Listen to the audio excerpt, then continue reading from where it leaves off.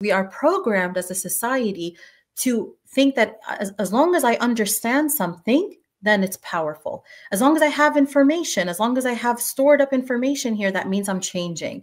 So we burden the mind more than it can bear. As long as my brain comes back to me with a thought, I believe it. So we do not worship our mind. Meaning what? Meaning that this mind is designed to help us in so many ways. Don't get me wrong. This mind is powerful. It's miraculous. Nobody can study the mind and not be in awe of Allah subhanahu wa ta'ala, really. Until today, there are still things they have not discovered about the mind, about the brain.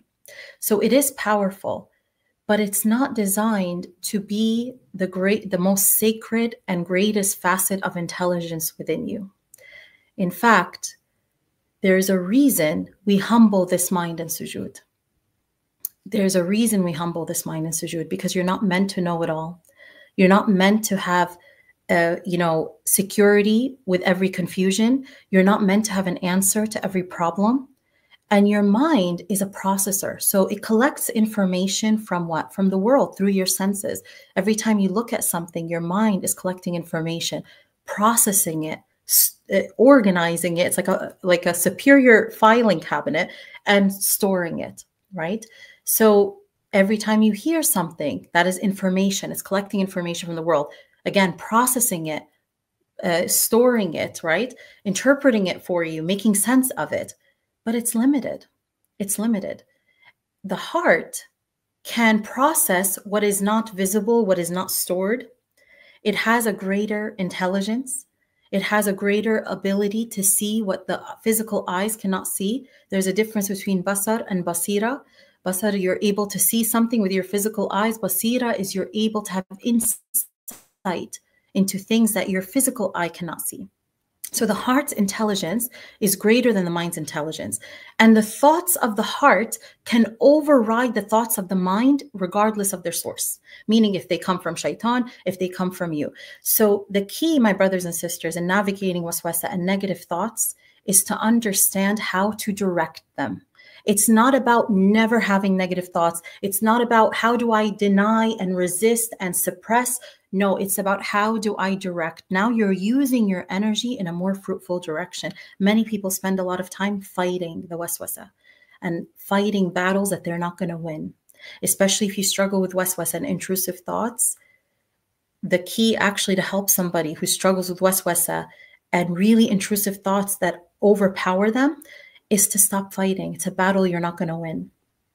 You know, it's like a bully standing there. If a bully comes to you and says, you're this and this and this, and you disregard them, they have you show them that they have no effect on you. Most likely the bully is not gonna come back.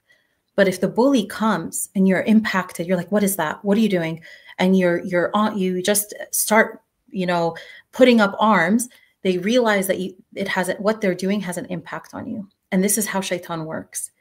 The more you resist, the more you show that it has an impact, the more that he realizes he has a power over you.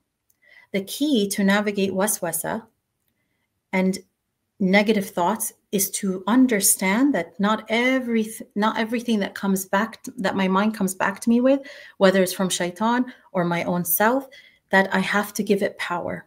And actually the key muscle, what I call psycho-spiritual muscles, because just like we have physical muscles that we have to build psychological and spiritual muscles. And a key psychological and spiritual muscle is to understand I don't have to believe every thought that my mind comes back to me with, and I can just let it pass.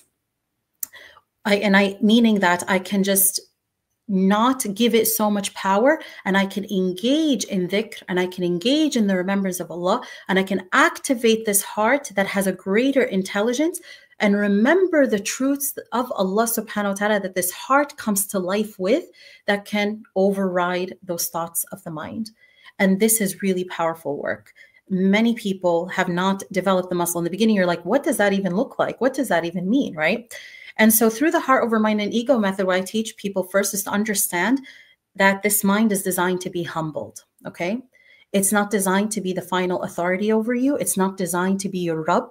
It's not your Lord, and it's not something you worship. So when thoughts come, I no longer believe every thought that my mind comes back to me with. Okay.